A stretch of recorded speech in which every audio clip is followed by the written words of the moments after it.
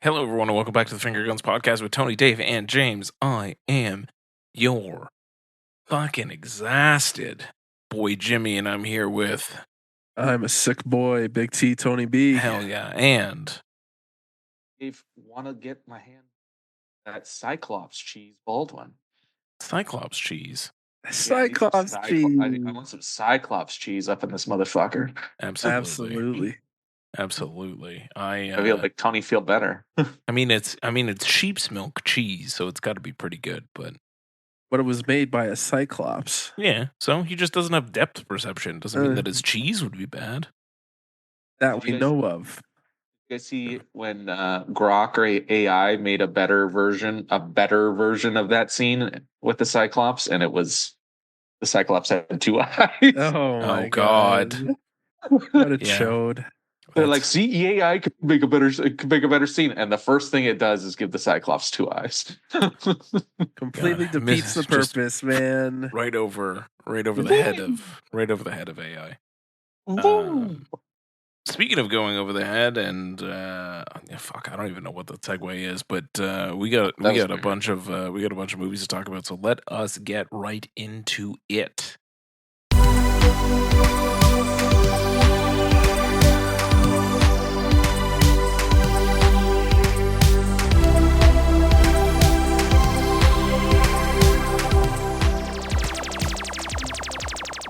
So, we're back at Fantasia again. I think we mentioned this probably last episode or the episode before and probably the episode before that, but we are back at Fantasia. The Finger Guns crew is covering the festival virtually, and thank you, Fantasia, for having us back again on this, their 30th year? 30th anniversary. Year. Huge. Yes, it wraps up this weekend. Oh, man. Excellent news. We are in the thick of it, which means we have our usual boy, our festival Sherpa, Tony B, to take us through another edition of Fantasia Movie Fest, and I'm gonna throw it over to you, buddy. Let's go. Let's talk. I am the Sherpa, and tonight I have not three. I have 9 movies that we're gonna go through. That's a big fucking difference, sir. It's a big fucking difference. Well, I'm looking at one list. 3 times the amount, in fact. 3 times. 3 times for 30. 3 for 30. We got it. Nice. All right. So at first, we are starting from Holland or the Netherlands, depending on who you ask.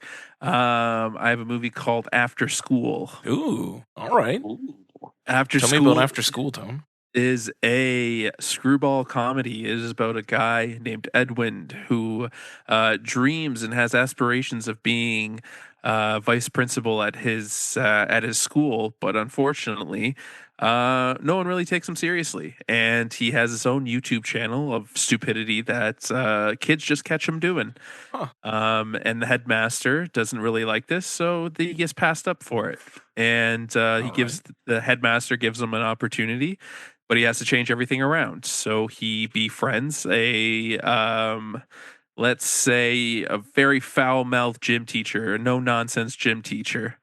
And hilarity ensues. And there's a big hilarity ensues. Hilarity ensues. Yeah, absolutely. Look, it does. It just does, Dave.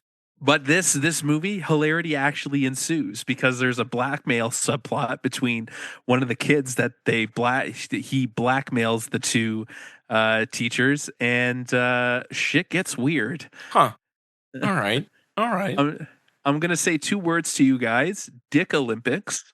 That's a thing, and I didn't know what that was, and seeing it on screen does bring some new meaning to that. Is it like your dick trying to do like shot put? Like, do you guys swing it around and throw a ball off of it? Like, what? Do you guys want me to spoil it? No, I want to find out for myself because there's still time. Fantasia's still going, so you guys should definitely check this one out. This one was one of my favorites. There's there's a line in it where two kids are talking, and the kid's like, "Fuck you, I'm gonna go this way." And I'm obviously paraphrasing, but the line I'm not gonna paraphrase. He's like, "I thought we were gonna play Call of Duty together," and he was just like, "Call of Duty's a boomer game." And he's like, "It's not a boomer game. It's fucking awesome." All right. That's painful. Yeah, that one was pretty painful. No kidding. But this movie goes into some pretty unhinged places. It reminded me a lot of Another Round, if you guys remember that one from TIFF a couple years ago. I do. Just from like the sheer stupidity of what happens and the situations that these two guys, get themselves in. And the gym teacher has an intern who also gets into some stupid things. It's one of those movies where you just got to take your brain out and you just got to watch this whole unfold. It's cringe humor. So your mouth just keeps going agape, like further and further, just as further as these guys go down the rabbit hole. Fun. Definitely check it out if you guys, like I said, there's still time. Fantasia's on until Sunday, so you guys should definitely check this one out. Nice. Nice. That's going on my list, man. I want to know what a Dick Olympics is. I will. Seems like something Chris Pontius would enjoy. Oh, definitely. God. Definitely. The Jackass crew would definitely love what happens in the Dick Olympics. Wonderful. Next up, I have a cop movie. It's called Tokyo Burst Crime City. Ooh. It's a buddy cop movie. One cop from Japan, another cop from Korea. They have to team up because some shit's going down across Japan, Korea, and the Philippines, and they need to stop it. Okay. And that's basically it. That's the film. That's the film. All right. And scene. And it was a film. Indeed, it was. It was a film. It's like Lethal Weapon. They're two people from opposite sides, and they have to come together, and they have like their own unique skills that they bring to the table. It's very cartoony. It doesn't really take itself seriously. Sure. It plays to all the typical buddy cop tropes. You've seen this story done over and over again. It doesn't bring anything new to the table. If you're looking for an Asian cop movie, there's definitely other ones you could watch. Right. This one didn't really leave a lasting impression for me. It had its moments, it had its scenes. There's the opening that I liked, like I said, very cartoony. Mm-hmm. But overall, it didn't. I'm not remembering this movie very well. Okay. Didn't have the je ne sais quoi. It didn't have the je ne sais quoi. There's so many other cop movies that have come from Asia that are definitely worth your time. And this one, I wanted a little bit more from it. I was excited about it. I think I mentioned it in our curtain raiser, but I was let down. Fair enough. And that was Tokyo Burst. All right. We're flying through it, guys. I'm proud of you. We're moseying. All right. And the next one I got, this one's going to be a good one. You guys were very excited for it. We're going to talk about it. I'm talking about Bowels of Hell. Oh, yeah. Ooh. This one won an award. Excellent. This one won an award. It did, yes. This one is the Brazilian poop body horror. Great. Great. Of course, it won an award. Was it the most vile award? It's definitely. Dave, do you remember what award it won? I can look. It was an audience. It was an audience award, right? I believe it was an audience award, but I can definitely look it up while Tony starts regaling us. Sure. Yeah. Please do. So long story short, it's a story about a woman. Her name is Malu. She's organizing a gender reveal party for a pregnant influencer, and she's dealing with her own shit, quite literally. She's dealing with grief. She's dealing with her grief. She's dealing with persistent constipation, and her adolescent transgender child who she disapproves of the job commission. So the child disapproves of what she's doing, and she's not really accepting her child for who they are, and they clash a lot. Mm. And All right. what ends up happening is some strange shit. Aha, you see what I did there? Strange Okay, I can't shit. keep doing it. I can't keep doing it. Some strange shit happens, and basically the toilets get possessed, Okay. Cool. Okay. and then from there, hilarity, shenanigans, Hilarity continues to and ensue. and shit continues to ensue. Incredible. This movie, for what it was, it's wild. It's much too long. Um, I feel like it tries to be a little bit more dramatic than it needs to be. Mhm. When I'm seeing movies like this, I'm reminded of Flush. That was a toilet movie that me and Dave saw last year about a guy who gets his head stuck in the toilet for the majority of the movie. Right. That And one then was there was wild. that one was wild, but again, that one was 75 minutes. It knew what it wanted to be, and it didn't shy away from it. Right. And then there was a movie 2 years ago or 3 years ago called Scared Shitless. That Yes. one was another toilet horror. Sure was. I'm We talked putting about that toilet last horror. week. Yeah, I'm putting toilet horror in quotations for people who can't see me. That one, another one. It was like 75 or 80 minutes long. Knew what it wanted to be and didn't shy away from it. Mm. This one, it's trying to be dramatic but being ridiculous at the same time. Right. Like don't get me wrong, there's some pretty brutal scenes, and there's some definite scenes in there that I would have wished that I saw in the theater with an audience. Right. Right. But yeah, I wanted it to be more camp. I wanted it to be a little bit more just leaning into the ridiculousness and trying to come away from the dramatic. Like I know what they're trying to do. It's just the tone was all over the place. Sure. And for the most part, I don't think it was. I don't think I could think it could have been executed a little bit better. Fair. But I still want you two numbskulls to see it because there's some things that I wrote down that I don't want to ruin.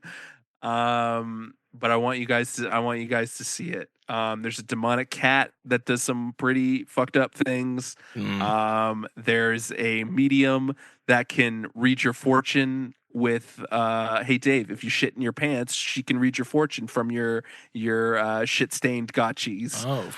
Oh my god. I've been trying ever since I got a tushy. I don't have that issue anymore, but I guess I'll get back into it if you want me to. No, your briefs aren't looking like a dirt bike truck anymore. No, not recently at least. Nice. That's nice.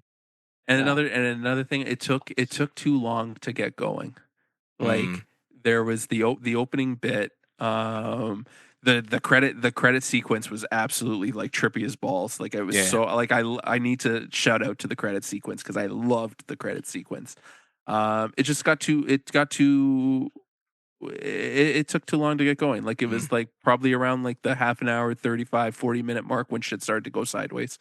There was just too much what's the word that I'm looking for? There's backstory, context. There's too much backstory. There's too much backstory. There's too much story building. Like you're watching this movie because it's a body horror revolving a toilet. Yeah, like you don't need all of this. You don't need the grief of a loss, and then there's the transgender side plot that like I can see where they're going with it. But it didn't need to be the crux of the movie. Got it. So what I'm hearing is Tony is cool with Evil Dead kind of meandering and fucking around with heavier subplots that don't quite land, but he's not okay with this movie's heavier subplots that don't land. Correct. All right, well, calling you out on your bullshit there, Tony. I hate you. Anyways, is it because this one's in Brazil or in Portuguese and not or Brazilian and not French? Yeah, probably. I was probably more on board with the French than Brazilian. I don't know. This movie, I wanted to vibe with it, but I didn't vibe with it as much as I wanted to. But don't get me wrong, there Do were they some do they speak Brazilian or do they speak Portuguese. It'd be Portuguese? Okay, Portuguese. I was right the There's no first such time. thing as Brazilian. They just speak. Okay, Portuguese. I was right because I thought I was half off. I was like, do they speak Brazilian? No, But yeah, no, they Portuguese. speak I Portuguese. thought it was right. I thought I was right. Okay. Don't get me wrong. There's some scene stealing moments in this. Mm. It's just I wanted more camp. Fair. Okay. Fair. Okay. Fair. We can take that. I'll take that. Yeah. I'll take it. So it won the Quebec Association of Film Critics Award. Mm. And despite being called the Quebec Association of Film Critics, it's actually called the AQCC Award. Association du Québec. That would make sense. AQCC. What? Fuck off. Yeah, you wouldn't. Yeah. Anyway, Shut up. Shut up, French. James. It's French, Dave. Shut up, James. Okay, that's fine. Next up, I have a movie that I was not high enough to watch. I needed to be significantly more fucked up to see this movie. Okay. I am talking about the Galactic Ghoul. Oh, the Galactic Ghoul. Starring favorite Canadian horror actress, Catherine Isabelle. She's So are you guys? Insomnia. Did you know that? I did not know. I did not know that. I love her. I love her in Ginger Snaps. She is my favorite. Yeah. Yeah. So I'm gonna read off the synopsis to you because whatever I'm gonna read to you, man, I went on a journey. Okay. So, paint us a picture. Paints us a picture. Okay. Yeah. So, space conquering saucer aircraft explorer Captain Oscar Bravo and his sly subordinate Lieutenant Foxtrot are made prisoners of Queen something the 23rd. Sure. After discovering a mysterious stone on their journey and being engulfed by her permanent and outlandish jail, the planet of Totem, from where the Cosmic Crusaders must escape while fending off her heavy-duty military and their own brotherly conflict to restore love and peace to the galaxy. Sounds like a wild time. Holy shit, this was something. It's a B movie, Canadian B movie. It reminded me a lot of John Carpenter's Dark Star. Sure. Because they really stretch the low budge. Mm. And it's like there's a lot of like computer effects, but there's a lot of practical effects. I really, really like the practical effects. It's one of those movies where you're either on board for it or you're not. It's trippy as shit. It's like just so out there, but it's very Fantasia coded. Like it's one of those movies that you know that you're gonna find at Fantasia. Like 20th century. That's what I was getting the vibe of. Yeah. It's very much like 20th century, like that, like DIY set building. Like I said, you're gonna be on board for it or you're not gonna be on board for it. It takes you on a wild journey. At points, I'm just like, what the fuck am I actually watching? Yeah. And I was like, why didn't I get stoned before this movie? I don't know. I'm watching it and I'm like, it definitely seems like you should have. I don't know what the hell I'm watching. Sure. Yeah. But it has so much heart. You can tell that the filmmakers are very much fans of B-movie sci-fi. And I can't say it enough. It was a wild ride. Do take this all for a grain of salt. It's not going to be winning Oscars. It's not Dave's Schindler's List or Dave's Schindler's List. I've never made Schindler's List. I can't up Spielberg. I don't have the balls to up Spielberg. It's something. Yeah.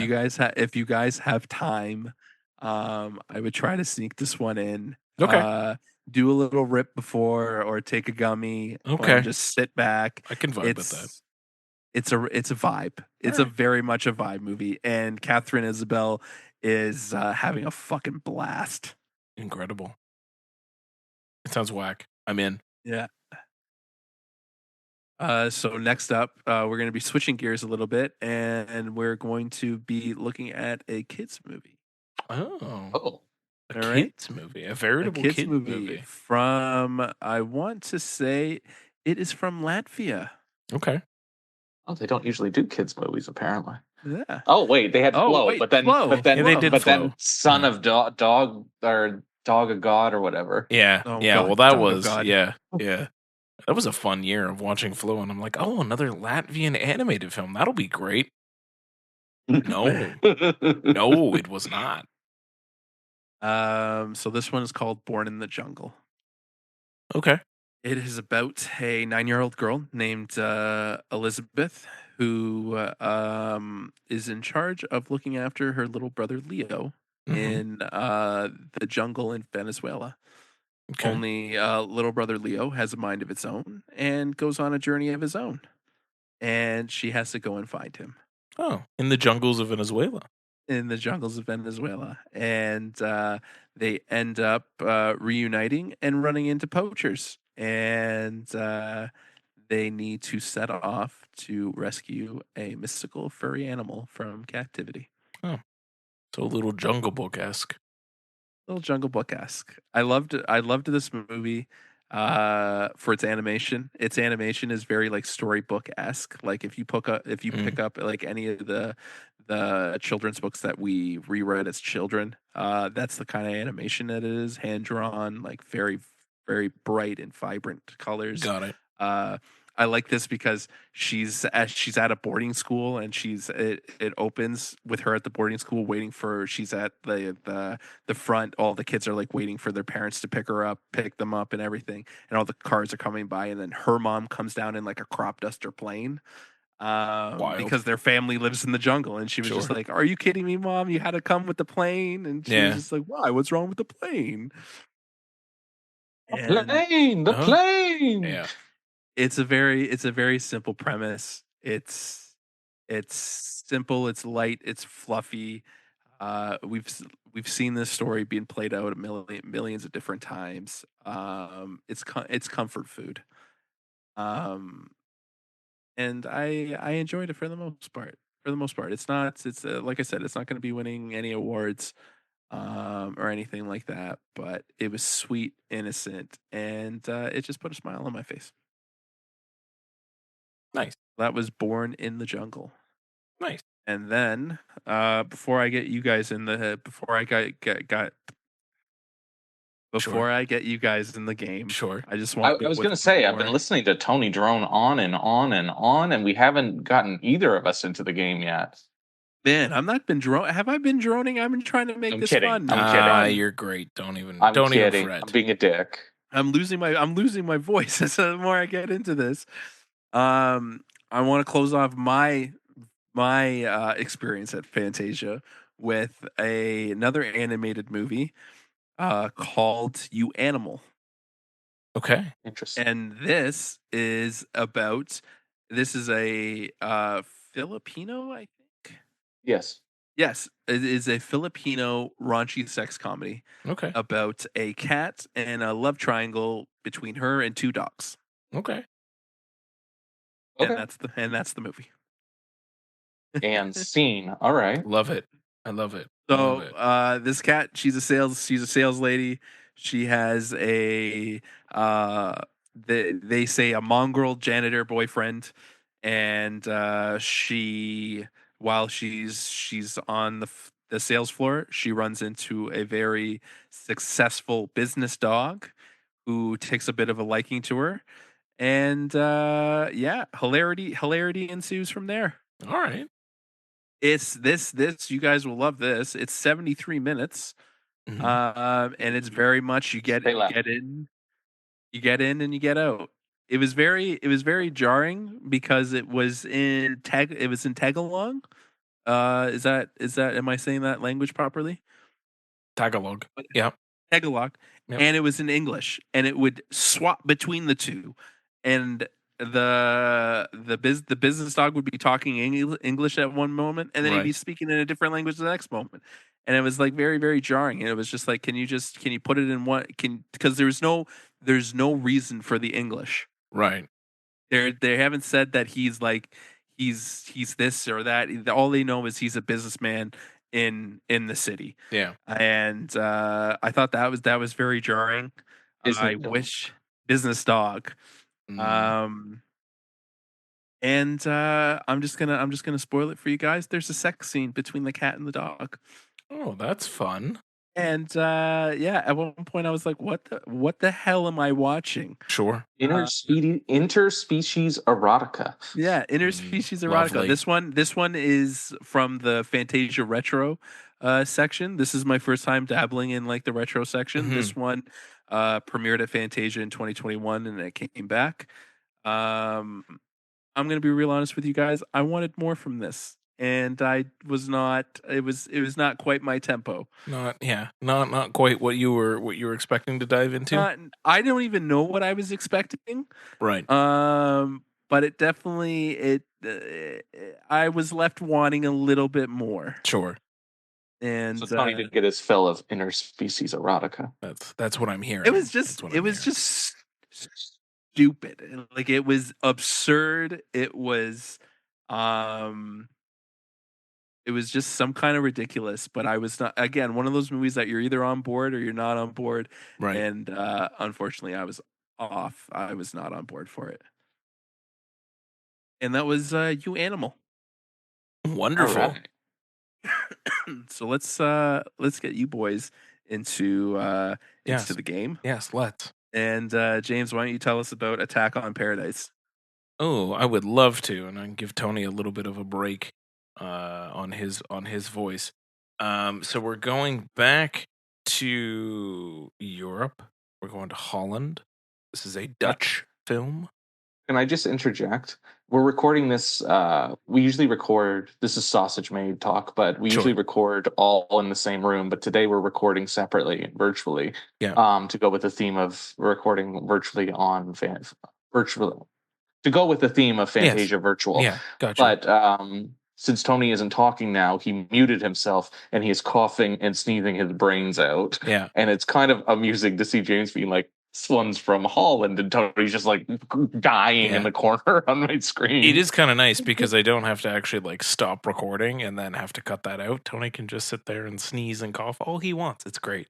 It's great. Yeah. I do love it. So anyway, Attack on Paradise is also Dutch, from Holland. And it is essentially their version of The Raid, I would say, insofar as like you have a building. That building is controlled by a notorious gangster drug dealer kind of guy. Their floors are kind of controlled by individual capos, and they got to clear them out. Its difference in framing is its main character, Suleiman, was basically sent to prison for accidentally killing a cop. He gets released. His mom still lives in the building, and he goes back to visit her and realizes the building's basically gone to shit since this big gangster man has taken over the building. He gets caught up in the middle of a police raid, so there's the whole angle to the raid. And it then becomes kind of a buddy cop thing between him and a police officer who wants to complete her task of taking out the big bad in this building. That's the short version of this film. I mean, it is action-packed. It is on the shorter side of things. I think it was like 100 minutes, 101 minutes. And it just kind of goes. Like, they do a pretty good job setting up the stakes. You really understand almost too much about the layout of this building at one point. And some of the fight sequences are well done. But it is a little bit of a lower budget film, and It is also Dutch, and I didn't realize it was a legal requirement for Dutch films to also have Dutch angles everywhere. Because that They film had is to like get it from literally somewhere. straight on, and then all of a sudden it just starts immediately turning sideways, and you're like, oh my god, you fucking Dutch people, like you don't have they to love their always Dutch do it. angles. It was For those at home, James just did a Dutch angle, and it was I did. amazing. Thank you. James, did you find the movie dark? There was some moments where it was like dark as shit, and I couldn't really see anything. Yeah, it does have the sort of the more recent problem of films being a little bit too dark. I didn't find it overly dark. I thought it was okay. But there were Generally in certainly moments where I was like, what the fuck is going on? Yeah, in the basement. The basement. Yes. The The basement that was really basically difficult. like starts off the battle. Yeah. That one was very difficult. There Yeah, were some moments agreed. where it was just like, okay, I don't know where people are geographically.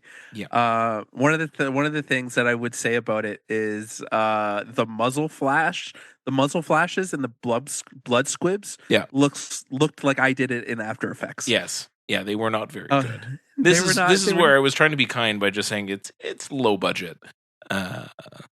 Yeah. It's not as polished as you want it to be. And not only that, it's like no, you're right. It is low budget. I just thought like those two I agree. for sure it was just Certainly comical agree. to see. Yep, I certainly agree. Um, I also found there was that other scene where like they were in kind of a black light kind of nightclub ish room, and Yeah. it felt like the fight sequence was supposed to be like synced to the music that was playing, and it just kind of wasn't. And also the song that they chose was just kind of like didn't really do much for me. Like, and maybe that's just whatever they could get their hands on. But I don't know. It felt like that scene could have been a lot of fun, and it was just kind of happening. And I was like, okay, I guess there's just loud music playing, and this guy's fighting vis-a-vis like John Wick in the club. But I don't know. It was so colorful that like I wanted it to be like synced up to the music because of all the black light colors and everything else, but it didn't quite get there. Also, there's Chekhov's comb, which I appreciated. Yeah. I don't like. It seems like we're poo pooing on it, and I don't want that to come. I don't want to come across like that because the movie is still a lot of fun. It is, and it was exactly what I wanted it to be. I wanted a no nonsense, no holds barred action movie. In similar styles to the Raid. Obviously, the Raid is significantly better. Dread is significantly better. Don't say that. I mean, I'm comparing. While I Dave, was watching it, comparing Dread to this is what I'm saying, Dave. I'm not saying Dread is a good movie. It is a good movie, but it's like nah, we're not going to get into Dread. This movie is a bundle of fun. The action choreography is stellar. The fight scenes are great. But temper your expectations a little bit. If you're going in expecting like a carbon copy of the Raid, you're going to be a little bit disappointed. But if you're going in similar to the Raid, then you might have a lot of fun. Yeah, I mean, it was just Tony, to your point, like it's just very difficult to not compare it to other better objectively films than the one that it is. Like you're just kind of watching it and like, oh, this is like the Raid, and then you just start thinking about the Raid, and you're like, oh, that's such a good movie, and it just kind of like sucks it out. Like when it's not doing enough, I think, to differentiate itself from those ones, where it's hard to just not immediately draw a comparison to it and go, oh, well, this is just a poor man's imitation of the Raid. That's sort of where it lands. Yeah, and I like that you said that because in my notes I was just like this was great and all, but I don't think I would ever revisit this movie. I'll just watch the Raid. Yeah. So that is Attack on Paradise. All right, Tony, what's next? All right, next up on the docket we got Unholy Night. So Dave, you saw this movie. You want to take us down a journey of Unholy Night? Sure. An Italian Canadian family gets together for Christmas, and everything is hunky dory. and then they realize that their dead grandmother's in the basement, and she's been dead for quite some time. And then and then suddenly she's upstairs. What is she doing? Making the pasta? Helping make the pasta? Yeah. And they're like, "Grandma, what are you doing here?" Sorry, Nonna, what are you doing here? And everybody's confused. And then I don't know. She just kind of gets absolutely unholy and starts raining hell on them. And I guess this is happening everywhere in their small town. I think Yes. kind of. Mostly. They don't make that clear, and then they basically have to figure out what's going on and how to save themselves. Yeah. And there's a subplot involving the guy's ex-girlfriend who lives across the street. Yep. And scene. Yeah, I didn't love this one. I did love the Italian Canadian isms. Agreed. That those really struck out really Really stood out. they really stood out. Hit home. Thank you for looking for the right words. Those ones hit home for me specifically, just because I've lived that life. I've been in those situations. Maybe not with unholy nonnas, but with them complaining. I didn't realize the whole cantaloupe thing. That seemed very specific. Yeah. Cantaloupe thing seems like it was a little personal. Yeah. That seemed to be a traumatic event they're reliving. And the whole horse tranquilizer of it all, which was certainly a choice. But yeah, I didn't love it. I think it went on a little too long. And the turn at the end was nifty at best, but also was just kind of there. Yeah. Where I was just like, huh, okay, cool. Yeah. I enjoyed hearing Manaja Miseria in a feature-length film. I was like, this is nice. I love that. This is everything to me. I rewound it just so I could hear it again. That was a really fun little thing that was in there. But yeah, I thought this was fine. I think there's some interesting things in there. It was met with a some of the CGI they're still working on message at the beginning when I started watching it, but honestly, I didn't really notice anything that rough watching it either. I thought it looked fine. I thought it looked fine.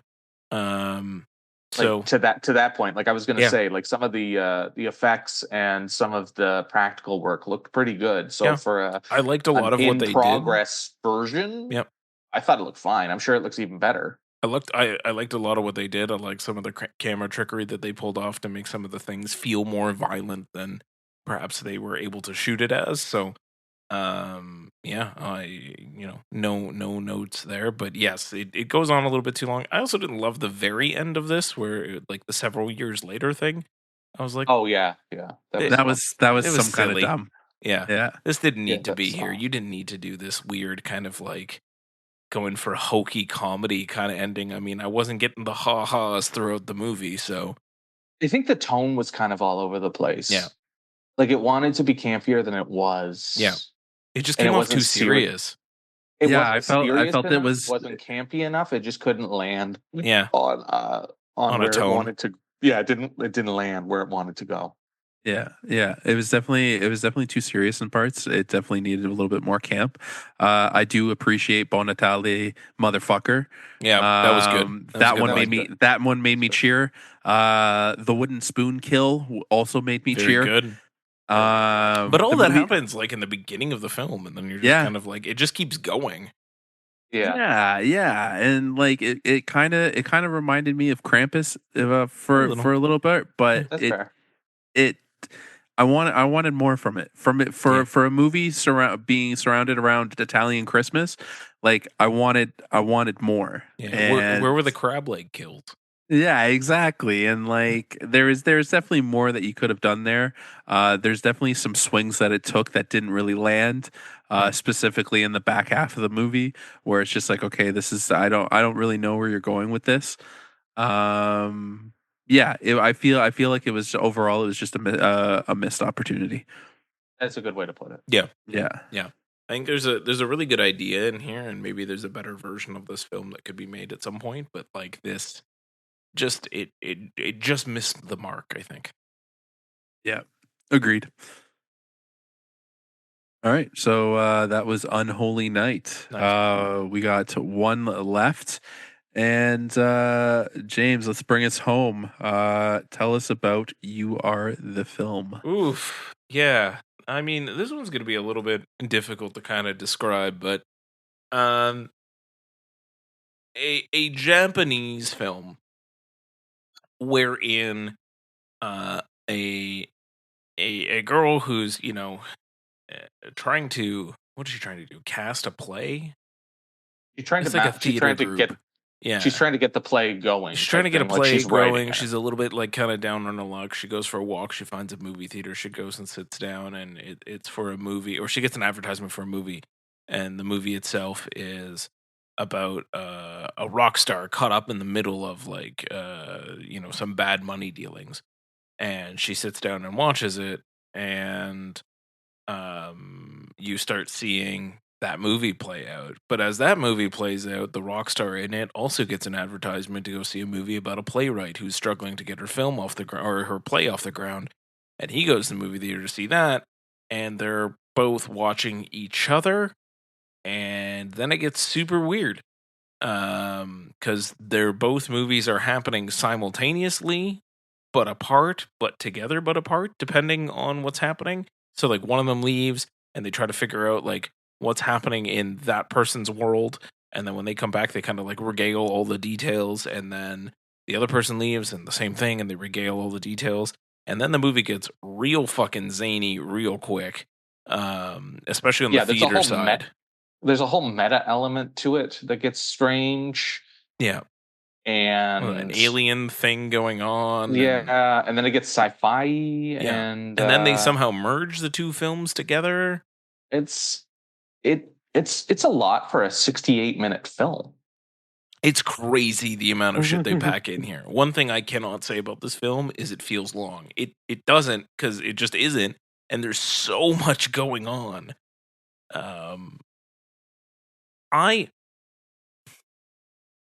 I kind of I admire this movie, I think, for kind of a bit of a swing with the way that it's shot and its subject, and trying to like be in two different films at once, and like the way that they kind of make that happen and make it work in a very small like neighborhood in Japan, I think is very bold and unique.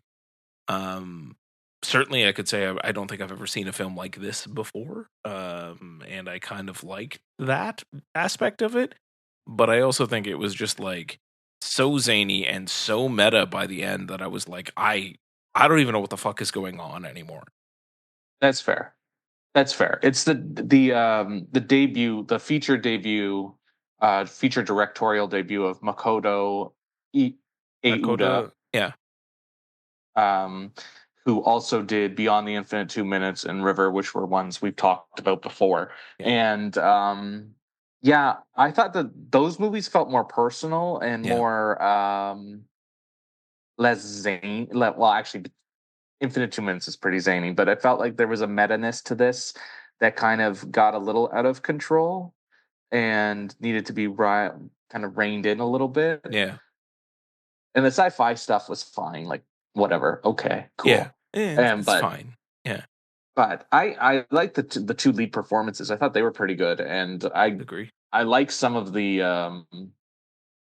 oneers that they do. Yep. And kind of how they manipulate it to look different but not. Yeah. Agreed. I thought that that's kind of cool. Like, it's an interesting film and it's an interesting idea. Yes. And like you said, I do admire the swing on this one a lot. Yeah. The scene that still sticks out to me was, when they figure out where to meet in that like common, like they figure out where their storylines technically cross, and it's at this I think it's like a vintage clothing store, and Chicago vintage clothing store. Yeah. And they, the way that, to your point, like the way that that's shot, and not quite a oneer, but kind of a oneer, but like you're following one of them into the store, and then you see the other one, and then they merge, and it becomes a oneer that carries them out of the store. I thought it was really cool. I think it was Like it's well shot, and very well edited, I think, and you have to in order to make this work. So on like a technical level, yeah, I dig this. Yeah, I just think it could have been a little less samey. Agree. It just kind of gets a little weird. Like it's weird enough to start with. It's just kind of like, why do we have to get weirder? Yeah. Tony, what'd you think? I'm about to align with you guys. I admire the swing. Yeah. This guy has a knack for telling meta stories and stories that have layers to them, because between this, River, and Beyond Infinite 2 Minutes, they all share similarities to it. I do like the walking and tracking cinematography of like the walk and talk and them just going when Dave was saying the oneer. But overall, it didn't really leave a lasting impression for me. I didn't really like it that much. It just made me want to watch Beyond the Infinite 2 Minutes. I want to see that movie again, because I remember that movie knocking me on my ass, and yeah, I just want to revisit it. Fair enough. And yeah, all right. So there we go. First round of Fantasia. We will have more coverage because we got a couple more movies that we have left to see. Hell yeah! And we'll be hitting you up with that in the oncoming weeks. Yeah. Soon, very soon. We will get to those, of course, because we are thoroughly enjoyed being at Fantasia, and while the festival's still going, anybody who's out in that area and is thinking about going to see a film, go see it. Go do it. Because Fantasia is a great festival that we love being at every single year. Yeah, we'll be covering some more soon because we got still some more to watch. So the festival may be wrapping up this weekend, but our coverage never wraps up with Fantasia. We keep going until we've exhausted all the films we wanted to see. These are films outside of the box, and they're unlike anything. Trust me, they are unlike anything you've ever seen or will ever see. So go out and see some shit. See some stuff that's gonna blow you away for sure. Heck yeah. So, do we have anything else before our main segment? No, I think yeah. Unless Dave has some sort of plug he wants to shout out. No, I think that's it. Nothing on my end. Dave is the plug. I'm good to just start talking about Daddy Nolan. That's why I came. That's why I came to the party. Fucking go. Maybe I guess the only plug I'll say is that Tony and I ran into our dear friend Allie at the screening we went to, and it was one of her first nights out since she had the baby. Her first date nights out since she's had the baby, and it was lovely to see her in person. That's fun. That's fun. We love Allie, and it was just great to see her. So we were kind of like sitting in the audience, waiting for it to start, and I just got a message like, "Are you at square one right now?" Nice. I'm like, "Yes." Are you? Yes. Nice. Nice. I love it. That was fun. It was fun. But yeah, I guess we can get right into the Odyssey of it all and start talking about Christopher Nolan's The Odyssey as written by Christopher Nolan and adapted from Homer's epic Odyssey, which apparently came out 3,000 years ago, and people are still complaining about. I thought it was adapted from the Simpsons episode of Homer's The Odyssey. Yeah, so it might have been adapted from that. Either way, people are still complaining about spoilers for this. Yeah, I don't know what we're doing. There's been so many adaptations down to like fucking. There was an episode of Arthur that did Homer's The Odyssey. So like there was, as I found out, there was an episode of fucking Wishbone that covered The Odyssey. So what are we doing at this point? Because honest to God, somebody was asking me about The Odyssey the other day, and bless his soul, he's like, "Don't give me any spoilers," and I was like, "What?" To a 3,000-year-old myth. Brother, here's the book. Here's the book. Yeah. The entire movie's on fucking TikTok, man. Like, go have at it. Yeah. Yeah. Like, really? Silly. Really? That's silly. It's yeah. I'm like, I don't know if we need to be upset about spoilers on this one, guys. Yeah, How could you exactly.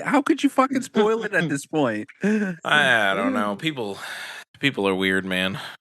People are weird. People are weird, but we'll try. I guess we'll try not to spoil it. I guess, but No. that said, If the story is spoiled, the story has been out for 3,000 years. It's on you at that point. Yeah, I think our cutoff was like what? Like if you haven't seen the movie in the last like 20 years, It's on we're you. spoiling it. It's on you at this point. the I just wanted to shout out the fact and just kind of rub it in James's face. Tony and I got IMAX tickets a fucking year ago to see this fucking thing. You sure did. And this better not be a new fucking trend because I don't like it. Yeah. Yeah, I'm not a not big like fan of the fact that like it's very difficult to plan a year in advance on what you're going to do in a random ass Friday in July in a year. So, I mean, kudos to you guys for making that work. Hey man, I knew I other plans came up and I was just like, no, that's what we're doing. That's what we're doing. Alyssa wanted me to do something, and I was like, no, I'm going to go see the Odyssey. Well, I've had tickets longer than you. I was like, have you had them for a year? Yeah. Well, I mean, if we walk down my path of seeing this movie as well, just to get everybody aligned here, I wasn't as hyped as Tony and Dave was for this movie. I was a little bit apprehensive. I understand it's Nolan. I understand he was probably going to do a good job, but I was also a little bit like, wasn't wowed by any of the trailers necessarily. I also was like, you're trying to shove an epic like the Odyssey into just under 3 hours.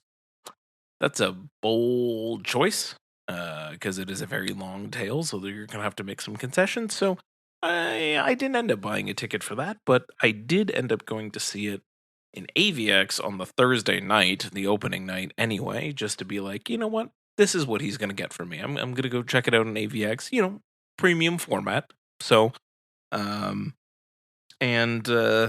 I saw it, and I immediately messaged Dave and said, "Hey, you still got some extra tickets that you don't need anymore, Dave?" And Dave sure did, and I bought those. And then I went to see it in IMAX 70mm because, fuck, this film deserves it. It's the way Jesus intended it to be seen. Yeah, as Nolan intended. Yeah.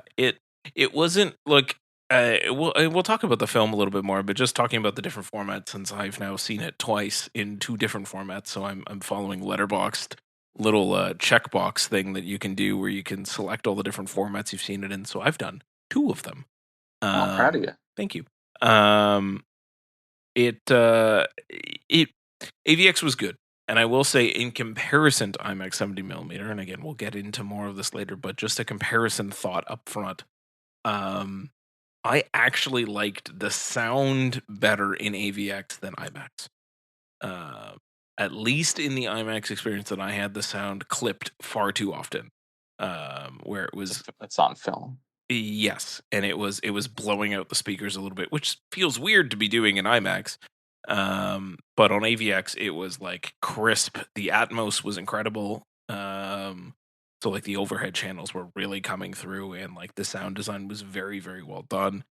But visually, like you're watching it and you're like, fuck, I see what this would have been like in full frame, because it is, and this is a precursor warning to everyone, and everyone that's been asking me about it since I've, like at work, I'm one of the only people who's seen it twice and in both versions. They're like, I've been cautioning people that like literally every other version that's out there that isn't sort of a premium format is cropped, and not cropped well. Like it is noticeable, and like you can tell at points that like, fuck yeah, this in an IMAX framing would look a lot better than it currently does. It's just like they just dropped it on 2 black bars and said, meh, fine, it's fine. I don't think they put enough care into the other versions. Which is weird because he's known for kind of moving the frame with like when it's an Yeah. IMAX frame, he moves it a Yeah. lot. Like I saw a video where they were showing a comparison of what Dark Knight looks like Yep. in 239 versus or two I think it's 239 versus the IMAX, and like the frame is moving at all times. It's not Yeah. just cropped down. Yeah. So I Whereas think I think that's interesting that it's just cropped up, a full on crop down. it really feels that way, and like you know, there's been those comparison shots that people have done on Instagram, and you can kind of see it where it's like you could have framed this differently, and you just kind of just didn't. So I don't know. I it's one of my biggest probable gripes with the overall release of this movie is like the only way that you can see his true vision is in like in the GTA in 3 specific theaters, and 2 of them are the only 2 that do film, and the tickets cost exorbitant amounts of money. And they're sold out for Like the the next foreseeable month. future. Yeah. Yeah, So it is but a little bit it's a bullshit bougie- to do that and to lock the true version of the movie behind an expensive paywall. Yeah. That like and people, not every like we can afford it. Is, you know, we're buying 2 tickets at a time or whatever. But like family can't afford that. What are they going to spend like 5 IMAX tickets? Like that's fucking crazy. and it's also within driving distance. People are driving Far. thousands of miles Yeah. to see this fucking thing because it's only showing the true vision in what 41 theaters in the entire Yeah. world. Like if you live in Ottawa, you're fucked. Where are you going to go? Yeah. Like Gone. yeah, like Or Montreal. They're showing it in Montreal too. Sure, okay. You live in Halifax. Where the fuck are you gonna go? Montreal? Actually, like I think they might actually have one in St. John's. either way, my Either point way, is I know it's what your really point far away. is. It's not accessible to everybody. Manitoba or Saskatchewan, where are you going? Yeah, Vaughan, like or like Wyoming type thing. Like it's kind of bullshit. It's very bougie and it's very elitist, and he's always been like that. Like I know we're blessed with having 2 theaters within driving distance. And we've 3 always really. had, Scotiabank also counts. Scotiabank, but he's not showing it on. They're not showing it on film there, but they're showing it on digital. But I think it's digital. also it's playing into the whole elitism of IMAX and what real IMAX is, and how they need to kind of adjust expectations with everyone so that you understand what real IMAX is, as opposed to these movies which are filmed for IMAX and it's just the 190 as opposed to the full 143. Yeah. So I think they need to do a little bit more conditioning, and I also don't buy this whole bullshit that they can't make new projectors and they don't have new parts. It's like I think you could 3D print some parts at this point. There's enough of a fucking audience for this. You should be doing something to fix this. That was what I was. That was the other point that I wanted to make about this was like, you know, it's fine to be like, oh, it's bougie and to showcase IMAX and to showcase the benefit of going to a full frame IMAX and all of that. But it's different to then not take that as a lesson and to publicly come out as a company and be like, yeah, we know, but we're not going to do it. And it's like, fuck you. Like, what is the point of doing this then? Just to keep it elitist? Like, clearly, given the fact that it's sold out for like the next month already, like there's clearly a demand. There's clearly an audience for it. There's clearly like people who will go see a film if you shoot on proper IMAX. Like I understand that these films don't come out very often, but this should be a signal of like, you know, Nolan's made like a bill on the back basically of IMAX. What the fuck are we doing? Like 3 theaters in the entirety of Ontario. That's it. That's all we got. Great. And the Cinesphere. Yeah, but the Cinesphere's not fucking doing anything. I know it's not open yet, but hopefully they'll open it again. Yeah, maybe, or they'll fucking tear it down for another fucking Doug Ford vanity project. It's.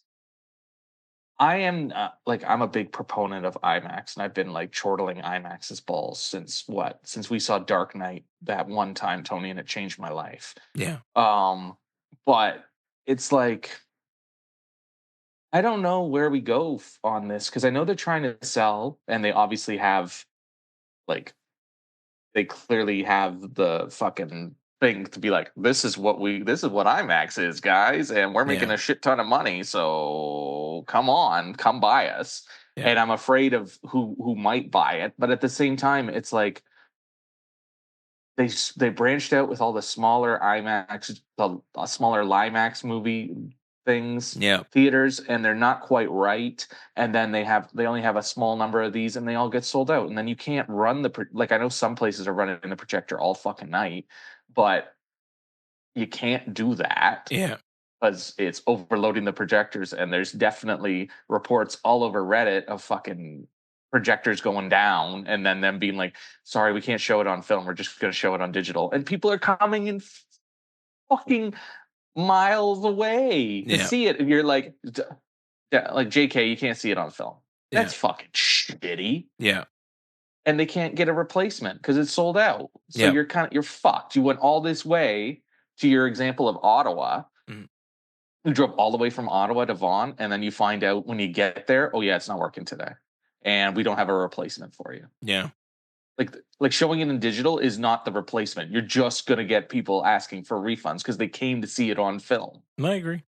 And it's like it's like it's so beautiful that we're seeing this resurgence where people want to see things on film, and like we're playing into it too because we keep going to fucking 35 millimeter screenings of random fucking movies, and it's always lots of people there. Like I can stand a test. I've been going to Nolan screenings in 35 the last month at the Playhouse and at TIFF, and they're bumping each time. Yeah. Like people want to see it. People are coming out to pay to see it. The demand is The there. demand is there, and it is genuinely not fair that there's only 41 theaters that can do it. That's disgusting. I agree. Totally agree. That is fucking ridiculous. Like it's 2026. Somebody's got to figure this shit out. Yeah. You got to do something. Not just being like, JK can't do anything. No, you can do something. Somebody can do something. Yeah. Yeah. And I kind of feel like a bastard that we're going to talk about this and we're going to say how great it is in IMAX. And half the people like that are listening to this are not going to be able to watch it unless they're double check, triple fucking quadruple checking theaters screenings every day to see what scalpers refunded their tickets, or they've managed to finally find a screening that they can go to. Yeah, or what was I going to say? Or you do the best you can and you go for your closest Limax, and it's the closest you'll get, and you make do with what you got. Like that's what I've been telling people too. And like a friend of mine, and I forgot to ask her. I'll ask her next time I talk to her. But she went to just the 70 millimeter screenings that they're having around as well. And I was curious about what that one would have looked like, just 70 millimeter film. But also, like, this feels like the one movie that they've brought out in every possible fucking format. But the truest one being IMAX 70 millimeter. Which, I mean, to me, at the end of the day, I think go see it in whatever IMAX is available to you. Don't settle for anything less. I mean, maybe a film print version otherwise, but don't go for IMAX. At least they can still see it in IMAX. All the other formats went to Spider-Man. By the time you're listening to this, even as we're recording this, all the other formats went to Spider-Man. Yeah. Because of these fucking goofy rules where like you only have a set number of days to see a movie in a fancy format before it goes to the next one. Yeah. So, which I think is also a bigger problem too. But enough about the technical shit about this movie. Let's talk about the actual film itself, shall we? Yeah, Tony, get in the game. You're the film guy. You're the fucking camera bro, and you said nothing. You just letting us fucking bitch and moan. What are you guys gonna do? I don't wanna You don't want to yuck my yum? I don't want to yuck any yums. I do think that you should be seeing it on film. I remember 3 years ago when we saw Oppenheimer, I was literally bawling not necessarily bawling my eyes out, but I was like tearing up at just looking at how beautiful Oppenheimer was on film. Yeah. And this, like, oh, Holy shit. Yeah. Yeah, like, dude, you gotta see it in 70 millimeter, man. Like, they even have like the comparisons online and how the screen is and where the crop is and everything, and it's like 7 millimeter IMAX is really the only way to see this movie. Like, this movie, he set out to make an epic on a grand scale, and like that's how you got to see it, man. Like, if you're a film bro like us, if you're on an appreciate you show appreciation to film and seeing it how it was meant to be seen. Like, if you're just some schmuck, like, I don't want to say schmuck, but if you're just some guy who just wants to see the movie, yeah, go see the movie. You're not gonna see the difference. You're not even gonna know the difference. Fair. Right? But if you're guys like us, yeah, you're gonna see the difference, and yeah, you're gonna be a little annoyed. Fair. But, That's fair. like, if you're fortunate enough to see it in that thing, then yeah, definitely go for it. But don't go and tell me that if you have the opportunity to see it and see it in that format, and you go and see it in another format, and then complain that format looks like shit, that's really on Yes. you at that fucking point. Yeah, agree. Right? Because there are some people out there that's like, oh shit. Well, if you just saw it in the way that it was meant to be seen, then you wouldn't be saying that. Everyone's got an opinion. What I'm pissed off about is this movie's on fucking TikTok. This movie's on Instagram. Like, I saw half the movie on Instagram Reels, and I'm still seeing half the movie on Instagram Reels. Like, put your fucking phone down, man. Like, you want me to go on a fucking rant? Like, our Lord and Savior Christopher Nolan, like, worked his ass off to give us this movie and put us on this big fucking screen, and you're looking at it through a fucking phone. Like, you should be ejected from the theater and banned permanently. Like, I don't care about you doing your goddamn skin routine while this movie's going on, or you bringing out a 5-course meal because the movie's 3 hours. Like, fuck off. Like, no, you don't. Like, you're disrespecting the altar that this man has put this movie on, and it just boggles my mind. I mean, truthfully, I saw this movie twice and I didn't see anyone on their phone, so I'm gonna be happy that I have escaped all of that bullshit. But I think we got lucky too on opening night that I think the guy beside me took out his phone to look at it at one point, but then he put it away pretty quickly. But other than that, I didn't people are see filming anybody filming. entire scenes, man. Like, put your phone down, man. Like, just pay your respects. You're paying all that money. You're paying $25, $30, $40, $50 to see this movie, and you're just doing it. Expensive movie to go see. You're doing Yeah, it. You're doing it for the likes. You're doing it for the clicks. Like, you should be ashamed. You should be ashamed of yourself. I will play devil's advocate and just say that I do like that somebody turned the Pattinson line about beggars into a meme. Like, get these beggars out of here. Like, I'm not glad somebody recorded that, but I'm glad that they've turned that into a meme. Sure. But I am annoyed that it has been leaked. Somebody leaked an HD version, apparently. I don't think it really matters, though, because it doesn't, to all of our points, the whole time the whole crux of this movie is to see it on a big screen. So it's not really doing anything when they leak it, because people still want to go see it on a big screen, and they still sold out IMAXs until, I know the BFI in the UK is sold out until the middle of September. Yeah. It just bothers me, all the reels on Instagram that are literally like cut out like scenes of like the entire movie, and I'm like, come the fuck on. That's fair. Yeah. And like the meme that they've made of Anne Hathaway when she was like, I want Odysseus, like, and they've made that into something, and it's like, you guys suck. The internet sucks. They mean the balls out of that siren scene too. Yeah. Before we get into the actual film, because I think we've been bitching a little bit. This is a little bit of a bitching thing. Can we just talk about how Tony's saying that you need to respect the format and respect the way Nolan intended? Sure. As Nolan intended, Father, Son, Holy Spirit. But James didn't respect what Big Jim wanted. If you Here we want to. go. No, we're not doing it. No, Big Jim, no, we're Big not Jim going. doesn't We're command my not. respect the way Nolan does. We're not going back to this. All right, fists were thrown, drinks were thrown. We're over this conversation. Our Lord and Savior Chris Nolan demands respect.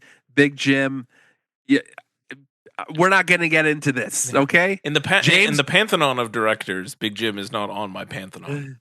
I'm just saying, without Big Jim, I think Chris Nolan wouldn't be here. That That fine. is a discussion and an argument and a debate for another day, fellas. Yeah. Let's talk about Nolan. Yeah. You know what? Big Jim can go suck a Navi's cock at this point. I don't care. Probably already has. He probably already has. Jerks. Is it jerks? Look, just because Hey, I don't simp for Avatar. I know I you saw it properly. I know you did. I just don't simp for Avatar like you do. I don't simp for Avatar. I simp for fucking James Cameron. Nah, you simp for Avatar. I understand. Okay, I only brought it up just for funsies. I didn't want to get into a bigger debate. Anyway, but yes, we should actually talk about the film, the movie. Yeah. Yes. So, I guess without spoiling it, it is about Odysseus's journey home after the Trojan War. Correct. And he's got trouble at home. It tries to do a lot of things, but it is mainly about his journey home after the Trojan War. Yes, and it plays into Nolan's love for time perversion, and it kind of bounces all over the place. Yeah, it's non-linear storytelling. Yeah. At the same time, it's also what's Anne Hathaway? Penelope? Penelope is at home and she's holding a candle for Odysseus, who has not shown up in almost 10 years, I believe, 8 to 10 years. Correct. And she has a number of suitors who are just hanging out and fucking stealing shit and waiting for the next king to be crowned. Yeah. Yeah. And then who's Tom Holland play? He plays the son. I don't remember what the son's name is. God, I hate the web version of Letterboxd because it doesn't give me character names. I want to say Coriolanus, but that's not right. It is not Coriolanus, Dave. Cunnilingus, Telemachus. He is worried and he has never really known his father, and so he goes out to search for him. And let's go with that. And on top of all of that, we also have Robert Pattinson, Himesh Patel, John Leguizamo, Charlize Theron, Travis Scott, Corey Hawkins, Elliot Page. We'll come back to him in a bit. Mia Goth, Ryan Hurst, who just lost his role on God of War, which is really sad. And Tony's boy, Benny Safdie. Yeah. An unrecognizable Benny Safdie only because they only shoot him from behind. Oh, I knew it was Benny. He pulls his fucking helmet off and his hair just flops out. Yeah, you couldn't hide those curls to fucking save their lives. On top of all of them, we also have Logan Marshall Green, who is another one of Tony's day ones. Zendaya, Johnny Bernthal, Lupita Nyong'o, Samantha Morton, James Remar, somebody named Alfie Byers. Good for There's you. There's a lot of people. There is a lot of people in this, and it sure is. Yeah, there's a lot of movie. So you guys brought up that this is about, like, this plays into Nolan's obsession with time, but I also think that it plays into Nolan's obsession with characters and having to deal with the choices that they make and the repercussions of their choices. Sure, but you could say that that's about every movie. The whole fucking around and finding out of it all. Fucking around and finding out, because if you look at all of his movies on a whole, his characters are characters that, like, you know, they have a mission and then they have to come to terms with the repercussions of those choices. Like, You see it in Inception. You see it in Dark Knight. You see it in The Prestige. You see it in this movie, and you see it in Oppenheimer as well. I disagree that that's a specifically Nolan thing. Like that's just like plot in general. It's like a hero's journey is always that. Like they always have to deal with the consequences and repercussions. Like that's how you show growth in a character. And this is kind of like the OG hero's journey. This is literally that's the source material. Is that like it's Odysseus fucking around and finding out. I think Tony's playing into the fact that he kind of adjusted some of the storyline to play into more of Odysseus's thoughts and about. I mean, he also adjusted the storyline because it would have been 2 movies if he didn't. Yeah, because I think that whole scene late in the film where he's talking to Penelope and he's talking about his men and kind of what led him to take so long and everything that's come since and all his thoughts. Oh, sure. And when when the movie's hitting you with a fucking sledgehammer about what it's about, that. Yeah, if there's one thing Christopher Nolan is not, it's subtle. That man has no idea what the word subtle means. Well, the bit in Oppenheimer where he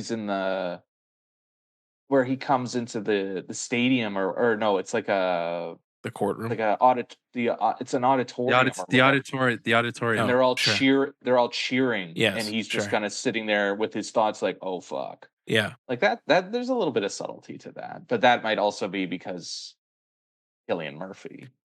Yeah, this one is not subtle in the slightest. There's no subtext to read into. He fucking hits you with it like a sledgehammer at the end of the movie.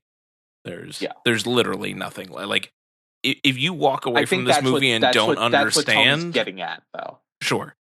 I think that's what Tony's trying to get at. Sure, I'm just saying that like that is what the Odyssey is. Like it's always been. Yeah. So I wouldn't say that that's specifically a Nolanism, but sure. I think that's just what he's trying. He would gravitate to a story like that, yes. Yeah, and he's not like his writing. Like he's not a glorified idea man like your boy Guillermo del Toro. Sure, but like his writing is not always the strongest part of the movie. Yeah, agreed. And thankfully, like the female characters are written a little better here. Like I wouldn't say they have tremendous amounts of agency, but they're not glorified. The Odyssey doesn't. The Odyssey doesn't pass the Bechdel test. I mean, she's only ever talking about Odysseus the entire time. Yeah, like she misses that dick. I get it. We get it. Yeah. But like Elliot Page in Inception is a glorified fucking plot device. Yes, truly, yes. Yeah, Ariadne as a character is a plot device. Like he's gotten, in that respect, he has gotten a little better with the writing of his female characters. Yeah, I will certainly grant him that. But yes, it's still a sore subject for him, and yeah. I mean, there was things about there was a lot of things about this movie that I enjoyed. I really did like the journey. I liked, here. The entire thing is like a metaphor for one man kind of losing his own psyche, and it's all there, and washing up on the shores of Calypso's beach is kind of the epitome of that. It's basically like he fell into a coma. Loves those lotus flowers, man. Yeah. Charlize Theron was feeding me lotus flowers. I get it. Yeah. I get it. Yeah. That's technically not supposed to happen there, but that's fine. I mean, this is part of where he like combined things into other things in order to make it work. I think Elliot Page's character is also a combination of something else. It's Achilles and something else, but yes, because Achilles isn't in this at all. So they name drop him though, which I appreciated. Yeah. Obviously, they're gonna name drop him, Tony. There was scenes. No, but not obviously. You don't obviously need to name drop him. I'm just saying that I appreciated that they name drop him because you're seeing this bad to the average person. They're probably like, where the fuck is Achilles? Why isn't Achilles in here? Sure. So he's Sinon, and he was in Virgil's the Aeneid. Sure. That's where he's kind of a character. Sure. As opposed to being in, oh great, I can just find a spoilery scene about them on YouTube just from doing the fucking AI search. That's fun. Damn it. There's scenes in this that I really like because they're well crafted. Hades is so well done. Probably one of the That's why I best. keep going. That's why I keep going back to Elliot Page, because I think that scene is impeccable scene. Yeah, and more so than the Amazingly beginning of the done. film where Elliot just kind of dies against the horse. Hades is legitimately a very, very, very well done scene. Circe is a lot of body horror and almost unnecessarily so. It goes on too long. It's cool that you made those practical puppets. Kudos to you. Applaud to your effects team for pulling all that together. Very like reminding me a lot of like Werewolf in London, American Werewolf in London in terms of like practical transformations happening. It looks great. That seems. It looks great. It goes on for fucking too long. You're watching her shove her hand into faces for far too long. Like, you don't need all that. You get the point without all of it. No. I know you're just going to sit here. You're just going to sit here and defend Nolan. It's fine. I wasn't defending him. I'm defending Samantha Morton. She can fucking do what she wants. She can do what she wants. She's very good. I would have loved more of her in the film. You could have trimmed that scene down and given more context to the forest scene that comes before that with the giant brutes, because that scene has no fucking context.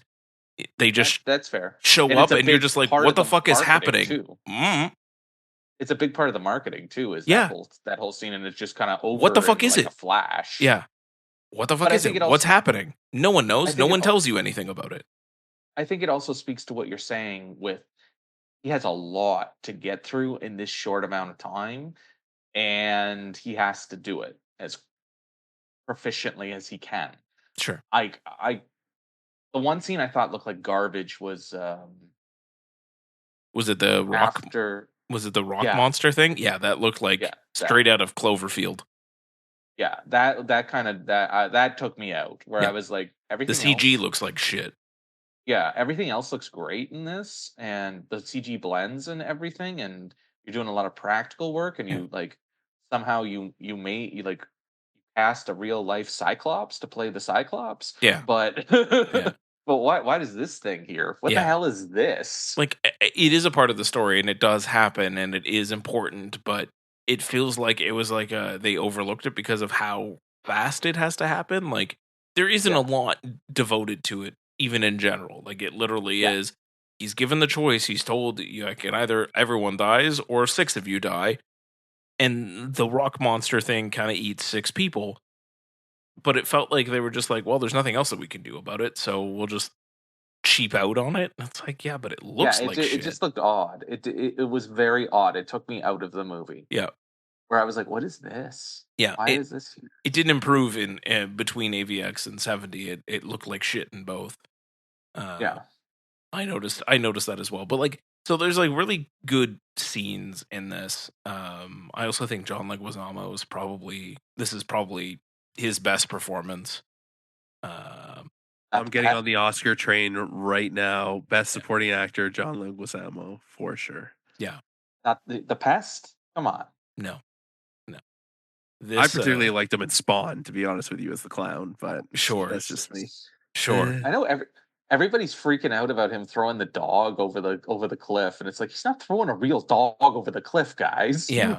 And I mean, it was ancient Greece. Don't think too much about it. You just didn't you didn't have the resources to feed 4 dogs, so you're keeping the ones that matter. The other ones, and like, bye.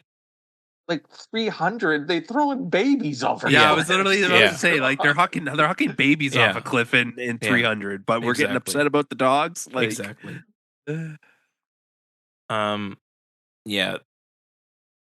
don't know. I think overall, I enjoyed this movie. I think the fight, the sort of the final battle scene when you get the full battle at Troy is very good. I like that he didn't play into that, and he makes you wait, and then he doesn't overdo it. Nope. that it's like a huge thing. Yeah, Like, he I like that it's a little just beats more. you over the head with how brutal it is and like the loss of humanity, which is the whole thing of this movie. Um, and it Which is sticks. also It what sticks the Oppenheimer landing. was about. Yeah. Which is also what Oppenheimer was about. Yeah. I wasn't exactly in love with Tom Holland. No, I don't think it needed to be Tom Holland. It could have been anybody. No? He wasn't exactly blowing my balls off either. He was just kind of there. Yeah, like there was something about him that just didn't match the rest of the movie. Yeah. Like he's trying, but it's Not. not quite there Yeah. in juxtaposition, like in comparison to shitweasel fucking Robert Pattinson, Yeah. who's so good at Yeah. being a shitweasel and a heel, Yeah. like a shit heel. Even when he's just like, go get the swords, go get get this, God, what a go get useless this. piece of shit he is. Like, but he's so good at it. He says plate lickers, and I leaned over to my partner and was like, that feels racist somehow. I can't explain it, but you can't call someone a plate licker. I don't Well, know what it is.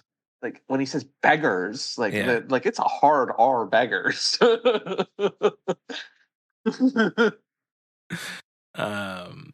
Yeah, There's something about Tom Holland that it's just he seems out of his Yeah. element.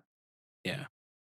Seems out of his element, especially in comparison to Anne Hathaway, who is terrific as always, and Matt Damon, who like really launches it out of the park. really anybody and he's finally on gets screen like with. and finally gets like a real fucking beefy fucking Nolan role. He's always like supporting character, and here he's like front and center, and he's fucking giving her. Yeah. Yeah. But like anyone that he's sharing the screen with, he's the weaker part of it. Like Ryan Hurst is very good in his very silent role as mentor. Who was the other one I was thinking about just now though? Johnny Bernthal? John Bernthal. Thank you. Yeah. John Bernthal and very briefly Lapita, who were both very good and very fit this movie very, very well. And Tom Holland's just like kind of there. Yeah. And also his wife, Zendaya, who's playing yet another wispy cloaked woman standing around a la Dune. I thought she was effective though. I did too. I thought she was very effective. I agree. I thought she was very effective. Hamish Patel. I thought he was like really good. I think really he's dug the him. MVP of this movie. Like you're talking about John Leguizamo, but I think Hamish Patel is awesome in this fucking movie. Yeah. He's so good. I agree. Like every time he was on screen, he was just killing it. And I don't think he's getting enough laurels for his performance. Like everybody's talking about like the big names, but it's like this guy is bringing the fucking heat the entire time. Agree. So I love him. I love him as an actor. I think he's great. So I really like where he. Yeah. And yeah, I think that there's. Go, Tom. No, I'm trying to find his name. It's a guy that shows up a lot in Nolan movies. I just can't remember. He was on the ship. It was the Russian guy or the Eastern European guy. I don't know what his name is. Oh, like the second, like the one after Hamish. Yeah, the second. Yeah, I know who you're talking about. He was really good in it. I'm trying to find his name on Letterboxd. I can't find it. But I liked him a lot. He had a lot more, and it was good to see him in a role where he wasn't like blatantly the villain. Like, yeah, he did have villainous characteristics. Is it Jamie Harris? Jamie Harris, is that? I think it might be. I'll throw a photo up as I have up here. No. It wasn't him. He was in Tenet. Oh, he's in Tenet. Okay. Yeah, he was in Tenet, and he shows up a lot. He was very good. But the thing I liked about this movie is that the main Andrew Howard. I found him. Andrew Howard? Yeah. Hang on. See if I can get his face to show up. That's him. Yeah, that's the guy. That's the guy. Andrew Howard. He was really fucking good. And I like that the supporting characters were all strong in this. Like there wasn't like a weak link outside of Tom Holland, because like Tom Holland was like, front and center, but he was a weak link, but everyone else like holds their own in this, and they all have their own moments. Right. And I really liked that. I like Corey Hawkins. Corey Hawkins was kind of fun. And Corey Hawkins was good. Yeah. Travis Scott, like whatever, but he has. I mean, ads, like a lot of people have been fucking memeing that whole thing of a man, a horse, that whole. But he has whole he thing. he's kind of silly, Yep. but he makes his role memorable, because you're thinking of that, and it Yeah. opens with like him being knocking on the table. So like he makes a presence, Yeah. and agree. you love to see it. Yeah. I thought James Remar in the Hades scene was very. Agree. I was Agree. telling Dave after we saw it, that during that scene I was just like, that kind of looks like Stellan Skarsgård. Stellan Skarsgård's in Yeah. this. It's Yeah. so freaking weird. And then when you go, they like cut, and then they cut back, and I'm like, no, that's James Remar. Yeah. Like, Yeah. eh, But It also, was, yeah, big ups to James Remar for pulling that off. But also, yeah, kind of looking like a Skarsgård. When he showed up, I was like, is that a Skarsgård? No, it's not. right. and yeah, I think I've mentioned it already. Elliot Page in that scene is Yes. terrific. Like Yes. really, really strong. Like he's barely in the movie, but like he really That makes an scene impact. And I really, think really drives it home. He really, really nails it. yeah, and I think That that speaks to Tony talking about the supporting characters. Like, not a lot of them get a whole lot of screen time. Like, I think Lapita's in this for all of like 4 minutes. Total. Yeah. Which is hilarious since everybody's freaking out that she's Helen of Troy. Doesn't but fucking she's in it matter. for four Yeah. fucking minutes. Yeah. But it's like all of the supporting cast really fucking deliver on and make a meal out of their small amount of screen time. Yeah. I agree. Yeah, I agree. I like it. I liked it a lot. I don't think it's his strongest film. I think I want to go back. Like I'm seeing it again tomorrow because It's I a really want to watch spectacle. it again. But it is a It's a spectacle, spectacle. and it's a grand spectacle on a scale that nobody else is doing. Yeah. This is Like is truly an epic of epic proportions, filmed in an epic kind of way. Like it is like a hat on a hat in that sense. But yeah, seeing it twice and in short succession, which I don't recommend. I'm glad you have a little bit of breathing room in between, Dave. Because some of the kinks in the proverbial armor start showing when you watch it back to back very rapidly. yeah, Because you just notice other things that you didn't before. But like it definitely lags in certain parts. Yep. Tom Holland's not the greatest. Yeah. He still has his fucking ear. He's like deaf ears where he overshoots the sound over the dialogue. Yes. Like he still hasn't fixed that. Yeah. And it And is noticeable in IMAX versus other ones, as I said up yeah, at the I'm jump. Like I'm not it is a surprised at lot all. clearer in AVX than it is in IMAX. I'm not surprised at all. And like it's still a Nolan movie, and it still has the Nolan isms and the Nolan tropes that you either like or you don't like. Yeah. And watching so many of his movies in the last few weeks, like you can pick up, and you're like, yep, this is where he's still fucking like I watched Insomnia, and it's like, yeah, he's still making these fucking mistakes here. Yeah. He's still doing this. Like he still hasn't gotten better than this. So I think it's very good, and it's definitely agree. like we've been singing its praises, and like that it's definitely worth seeing on the grandest scale you possibly can. But it's not a perfect movie. No. And to Tony's point earlier, where he was talking about Oppenheimer, I think Oppenheimer was a better movie than this. Yeah, it was something that when I finished watching the Odyssey, I was like, you know what, I do want to go back and watch Oppenheimer now. It's been a while and since it came out that I haven't seen it, so like I would like to actually sit down and watch Oppenheimer again, because I do remember really enjoying it, and I agree with you. I think it is the stronger film between these two of the more recent sort of Nolan films. Yeah. What's your favorite? Interstellar. What you, Tom? I think it's pretty obvious what my favorite is. I don't know what your favorite is. My favorite's the same as yours, you dumbass. It's What, Dark Inception? Knight. Oh Dark no, my favorite's Knight. Inception. Oh, really? I'm shocked by that. I'm I Okay, not. thought your sorry, favorite. sorry. I thought your favorite was Dark Knight, but the best is Inception. Okay, that then yeah, I'll change it to that. Yeah, I Uh, think his best work is Inception, even with the Ariadne of it all. I still think Inception is his best work, but yes, I would say that Dark Knight. yeah, Just, I love the Dark Knight in that movie.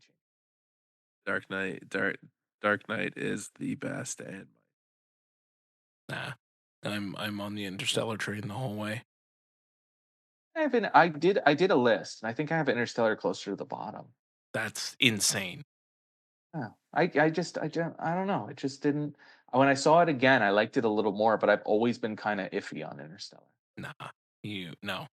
You don't appreciate space enough. I am a big space guy. I'm a No. big space guy. You're not, because then you'd like Interstellar more. there's a lot in his Maybe I just filmography. I like head space more than I like Yeah, there actual it is. space. Yeah, there it is. There's a lot in his filmography that I want to revisit because, like, I want to revisit. We said it on the last episode. I want to revisit Memento and The Prestige, and I really want to revisit Dunkirk. Because I'm revisiting Dunkirk in a few weeks. I remember adoring Dunkirk, and yeah, I just want to watch it, and I want to watch the Batman trilogy again because it's been a long time since I've seen it, and I'm pretty sure Melissa has never seen any of them, so it'd be good. Melissa's never seen The Dark Knight. I think she's seen parts of it, but she has not seen it from start to finish. That's Can wild. I be there? Can I be there? I'll bogart her phone. I need to be there. Okay. Yeah. Seriously. I need to be there. But this man, like, say what you will about this director, but his films are iconic, and they are all standout pieces. Like, I don't think he's ever made a bad film. No, I would agree. Like, I think the lowest I have Yeah. is like a 3.5. Yeah, And that says something for a director. good or great Yeah. Or spectacular. or spectacular. Sure. Yeah, because I dug Following. Like, Following's not the greatest movie, but I dug it. Yeah. And I watched that the same day. I watched that and Doodlebug the same day as I watched the Odyssey. Hell of a flip to see that. For me, the only director who comes close in terms of like oops all bangers is Mr. Villeneuve, who has been crushing it since kind of day one. That's fair. That's fair. Maybe less thought about in terms of some of the films that he's put out, but like every single one that I've seen is just like fucking incredible. And speaking of, you get if you see it in IMAX, Oh, yes. 70 millimeter, you get the 5-minute prologue to Dune 3, which I didn't love, but it's also really cool to see. It's very cool to see. Very cool to see. I thoroughly enjoyed that. Also, as a shout out, just as we head towards the end here, if you do see it in IMAX 70 millimeter, please be there on time. Don't walk in 30 minutes after the fucking movie starts. It's IMAX, folks. Did no one learn anything after Oppenheimer? Like, there's no 15, 20 minutes of commercials and previews. I know you've been conditioned to think that way because of Cineplex, but that's not the way IMAX works, Holmes.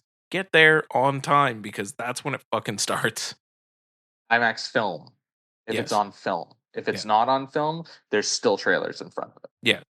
Yes, but it's at Scotiabank, they're playing trailers in front of them. Yes, but like the two film ones, like Vaughn and Mississauga, get there right on time. Like people were walking in and like we were already like well into the film and they had just gotten there with their popcorn and everything. I'm like, the fuck are you doing? Like clearly thinking that they were like, oh, we got like 20 minutes after showtime. It's fine.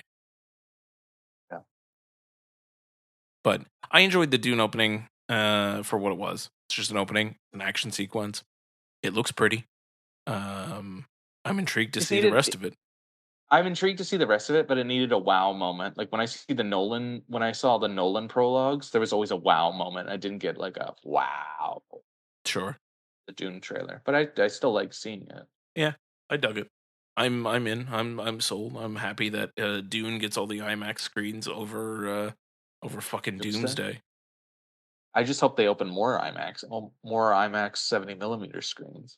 Yeah, that would be nice. Otherwise, I'm going to be seeing it at fucking 2 in the morning on Christmas Day. Excellent. That's the way to do it.